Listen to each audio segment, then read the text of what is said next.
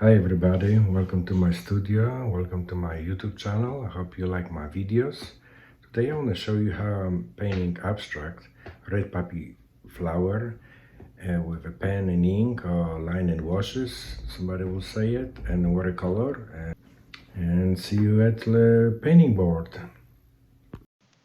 I have done red poppy flowers several times, so that was easy for me to do it with preliminary sketches, but right now I'm just doing the finishing the transfer from the sketch I have done on a regular paper, and using regular paper for sketching my ideas, and then transferring to watercolor so I don't need to erase it if I make mistake or I want to do something else.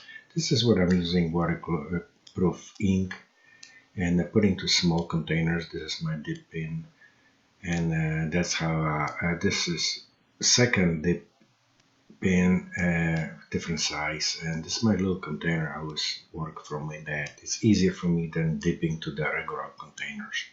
So I'm going to be inking right now the little red poppy flower, and inking just that's a regular stuff. I'm using very thin dip pen, as you can see it on the close-up.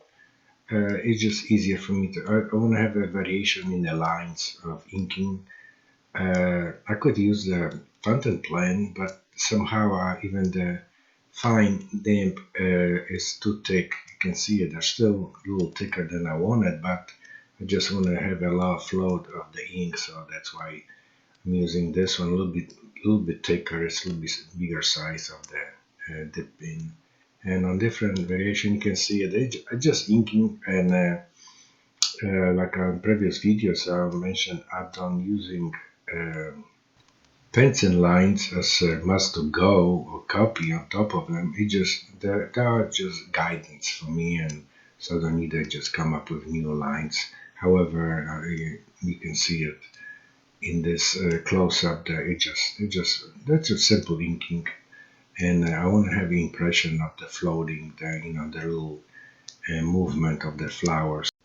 Just like in nature, here you'll see it a little just floating, moving little particles in the field. I'm going now activate my watercolors and ready for using watercolors paint. I'm using as my gold hair brush, using hot press ash watercolor paper, and so it doesn't take as much watercolor regular cold press, so that sometimes I have to repeat it twice. But I like it that way because of inking. It's easier to ink for me. I've done both of them, hot and cold press, so it doesn't matter really what you use. It's just personal preference. For reds, I'm using Opera and Alizarin Crimson it's from the Mission. That's a Korean watercolor company, and here's the yellow ochre, and I'm mixing with the opera and just give it a little orange. You want to keep it surrounding of the poppy flower warm, and the flower itself going to be a little bit colder. That's why it will be love alizarin crimson and opera, and a little bit as you see I'm using right now sub green to make just warm green, and just kind of get the feeling of the little field of the poppy flowers. And in the close-up you can see it. I'm not staying in the lines. It's just there's a feeling abstract. If you miss something, and there's a lot of hard edges, some people call them cauliflower edges, but this is abstract, so hey, everything goes.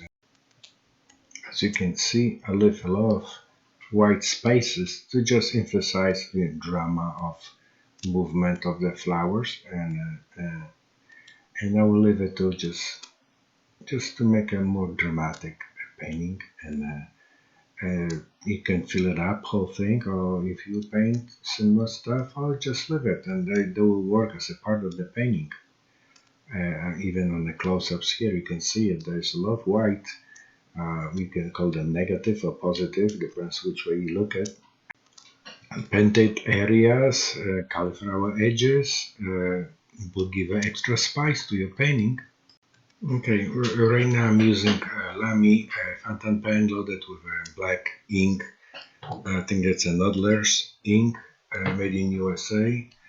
Uh, you may ask why I'm doing this, why I add up lines to my painting. Well, when you go in the field and see it closer, you will see there are pollens, little air, little particles flying. That's the lines for me. I want to emphasize of the drama of the field. On the close up, you can see it. It just you don't need to really put those lines, but it's just for me, just kind of expression of what I see in my mind and how the little field with the poppy flowers will be. And so this is abstract. Everything you can do it would be just great. In this close-up, you can see it. I'm using two different type of inks. One is a matte opaque and one is a glossy. That's again to emphasize the movement of the area and just little lines emphasize again movement. I guess I'm after vibration, little red flower. So this is just when you paint stuff like this, you just feel free. You don't need to be just forced to stay to the line and to your original design. Time to sign. On the abstract paintings, you can sign actually anywhere you want. And I will, okay, in this situation, the signature will be part of the painting and kind of like a work, like an abstract thing. And you can see the lines are everywhere. I hope you like this presentation, and hopefully I'll see you next time. Keep painting.